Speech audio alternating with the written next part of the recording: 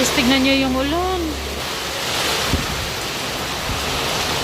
Ang lakas ng ulan. Si RG, kasama ko nga pala si RG guys. Ayan. Dahil kanina, hinatid siya ng biyanan kong babae. Yung biyanan kong babae nag-offer, ako sana yung maghahatid. Pero sabi niya, siya daw. Sige, siya yung naghatid. Umiyak to si RG guys. Although actually kahapon umiyak din naman na siya. Kasi nga, kahapon yung first time na papasok siya sa school na siya lang mag-isa na wala yung kuya rin niya. So, yun nga. Ayaw. So, sabi niya, no, ayaw niya doon pumasok doon. Gusto niya sumama sa kuya niya. So, sabi naman nasa ako kanina guys is, yeah, doon na lang daw isama siya sa mga kuya niya. Guys, ayun si Ayman. Bago siya pumasok sa school. Hindi muna, wala pa kasi tayong oras sa pasukan. Tulong muna yan siya sa akin. Pero nagbihis na muna siya. Ayan. Ano kasi, dapat alas 8, mag-alas 9, doon na sila sa kalsada. Nag-aantay ng school bus nila. Ayun, dahil wala pa naman. So, ayun muna siya. Pagkatapos niya yung magwalis, nag-ano na siya, nag-map na siya.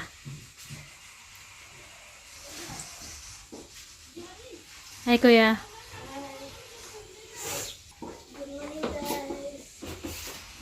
Ayan. Pagkatapos niya sa loob, dyan naman siya. Si Ayman lang talaga yung natulong sa akin, guys. Kasi si Arin, nauutusan mo naman si Arin, guys. Pero, ano siya, tawag dito dili kayo rin ako siya ginasugo po ba? Si Ayman lang yun ang nagkakuan. Si Ayman kay, wag mo na yan siyang pagsabihan. Wag mo na yan siyang sabihan na maglinis. Kusa na yan siya, guys. Pag nakita niya na talagang busy talaga ako, tapos tawagan na ka ng nag-alinggaga sa tawagan na wala na akong oras guys, yung ganun. Nakita niya ang dami ko pang trabaho, wala na ako halos akong oras, kaya ngayon nagkukusa na yan siya. Very good yung Ayman ko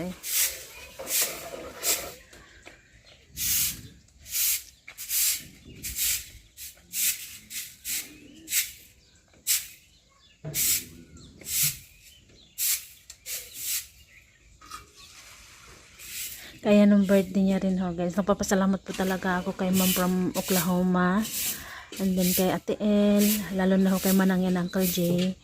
Thank you, Tita from Oklahoma, and Tita El, and Daddy De, and Mommy Lomi. Thank you so much, guys. Thank you for the sapatos, Mommy Lomi, and Daddy De. Now see you soon. See you soon, guys. Guys, for the shoes from Oklahoma. Salamat kaayo. Guys. Hi guys, so ayan yung nabili ko from Ate El. So, yan. Okra, palaya, tatlo itong palaya. 1 kilong apple, and then patatas guys, 5 kilo, and then ayan ito, tatlong palaya, sitaw, pangbaon nila sa school, sitaw, patatas, ganun. Tsaka toyo, nakabili tayo ulit na ito yung soy sauce dito, ketchup na napakalaki. Ayan. Nadumihan lang siya guys kasi naano siya sa lupa, nalaglag kanina. Buti na lang sa lupa nalaglag ba. Kasi habang bumaba kami sa tricycle, kasi grabe yung lakas ng ulan dito guys. Anong oras na dito? Mga alas 2 na ng hapon, 1:35 na ng tanghali. So umalis kami ni Aji mga mag-11 man ata yun. So ayan, 3 balot na biskwit. Ayan, saka ito. And then, ito naman ay bill paper, pang ano natin sa pansit.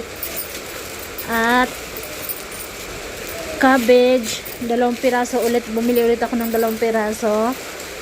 And then, syempre, kung kahapon nakalimutan ko yung carrots guys, no? Ngayon, hindi ko na nakalimutan. Ayan. At saka saging, 2 sipi yan. Ayan. Thank you so much po nito, Ate El. Dito na ako sa lapag kasi hanggang ngayon ulan pa din Malakas pa rin yung ulan guys, grabe. So, wala rin kaming kuryente. Thank you so much po nito ulit ate. Sabi sa akin na ate, yung manok mamaya ko na bibilhin. Dito ko na binili guys, so hindi na ako nagbaba-baba dun sa palengke kasi nakasakay na kami ng tricycle. Pag hinto pa yung tricycle, dagdag bayad, magdadagdag sila ng bayad. Ayun. Ang purpose ito ni ate sa ketchup para daw magluto ako ng french fries, ganun. So narinig ko naman yung biyanan kong babae kanina na yung patatas daw wala na daw. Bumili na lang din ako ng patatas. Yan.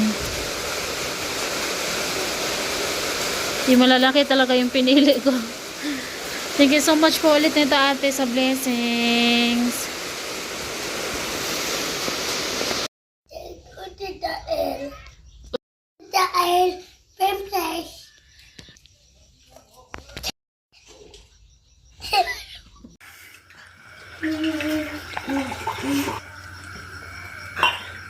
Hello. Tita, nakauta. Thank you, tita. Thank you, tita. Thank you, tita. RG? Thank you for the greetings to my birthday. Ayan guys, tignan nyo. So si RG nga, nakapasok na siya kahapon pero pinauwi din. So ngayon yung start, isasama siya doon sa mga kuya niya.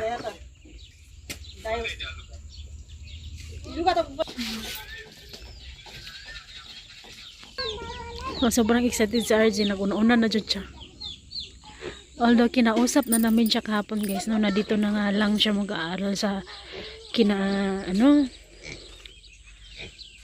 Ayman. Ay, dito sa dati niyang paaralan ba? Pero ayaw niya talaga guys. Talagang iyak talaga siya. Oo, sabi naman ng asawa ko, try daw namin na isama na lang to silang tatlo. Si Arin, sobrang sayang niya po talaga sa shoes niya. Dapat ngayon PE, tapos puti na sapatos. Wala pa kasi siyang puti din, kaya black muna yung pinagamit ko sa kanya. Thank you so much po talaga ma'am from Oklahoma. Nakabili talaga, na isingit ko yung sapatos ni ni Arin. Although nagpadala dati si ma'am na na pangbili ng floor mat. Excited ako guys sa pag-ayos ng floor mat at sa pag ni Ayman papansit. Sobrang saya ko guys, no? Kasi alam niyo yung kahit ganun lang yung handaan. Grabe, ang saya-saya. Sayawan na ganun. Masaya na yung mga kapitbahay. Sila auntie lang talaga yung nadalo sa amin kasi sila lang din naman yung malapit din sa amin.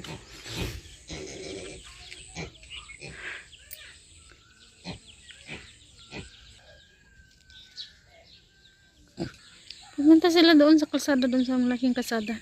Although dadaan naman dito yung bus. Pero pumunta pa rin doon. Hinatid yung binan ko doon. Babae. Subukan lang namin siya ngayon guys, no? Kung hindi siya iiyak doon sa school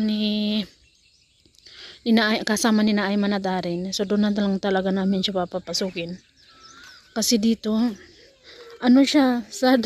Although mas maganda dito kasi malapit lang at mabilis lang yung uwian. Maaga yung uwian baga. Mabilis lang yung uwian. Baga uuwi ng alas 2, alas 2:20, mga ganun. Pag doon kasi kasama ni Ayman is nasa mga alas 5:30, minsan nga abot ng alas 6 yan uuwi. Pero doon pa rin kasi talaga gusto ni RG So doon na natin siya papasukin. Try lang naman natin guys. Pero tignan natin mamayang gabi kung kamusta. Nakapag-abuno na din pala sina ante. Ayan na. Hindi nila yan hinakot, pinaano lang nila ng truck. And then guys, tignan nyo yung ginawa na naman ng mga binan ko. Although okay na rin to ginanito nila, no? Pero sana yung mga pato doon na nila pinapasok. Ewan ko kung ang purpose nila sa paggawa nito is manok siguro. Akala ko ginamit nila yung hero na kaputol na pula. Hindi pala. Kasi although nagsabi naman na ako doon dati na gagamitin ko yung hero na kaputol na 3 pula. May hero pa rin naman na yun, no? Gumawa sila ng kulungan pero yung mga manok andito sa labas, yung pato andito sa labas. Konsumisyon. So guys, hanggang dito na lang muna. Dahil nakapasok na yung mga bata sa school. So magano na ako. Siyempre, pag tayong mga nanay, pagkatapos umalis ang mga bata papasok sa school, ano na tayo? Linis ng bahay, laba. Maglalaba na lang siguro ako. Hi guys, good afternoon. Time check dito sa Nepal. Mag-aalas 2 na ng hapon. Alas 2 na nga timing. Sakto, alas 2 na ng hapon. Tignan niya yan, nilabang ka. Ayan. Tapos dito. Ayan. Dito. Tapos ayan. Then bag nila ay manat-arin. And then ito. Diba?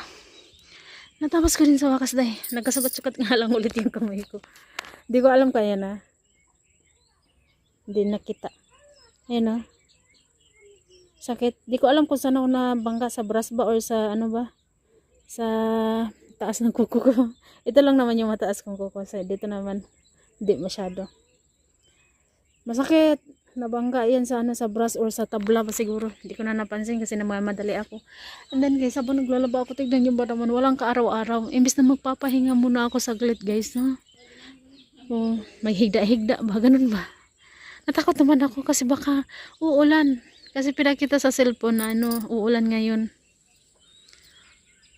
Ayun. Tsaka pagkatapos ko maglaba guys, nilabahan ko rin syempre. Shoutout sa mga nanay dyan na kapag katapos maglaba, nilalabhan din yung hinuhugasan din yung sanilas ng mga bata. Diba? So dahil wala yung mga bata ko ngayon, 3 talaga sila, magkasama sila doon. First, ngayon ni Arj doon sa school. So kaya nalabahan din natin yun sa kanila. At saka, yung tubig nakaigib-igib naman na din ako. And then ito guys, binabad ko na ulit sa sabon. Inapakapakan ko lang yan kasi hindi ko naman yan malabahan yung kuso-kuso talaga. So, pakapakan. Tapos pag may nilagay ko, sinadya ko dyan kasi dyan ko naman talaga yung dapat nilalagay. Sinadya ko dito ilagay guys kasi pagka uulan tutulo yung tubig dito, diretso dyan ba. Yan. Tahimik ng bahay guys. So guys, hanggang dito na lang muna. Mamaya po ulit.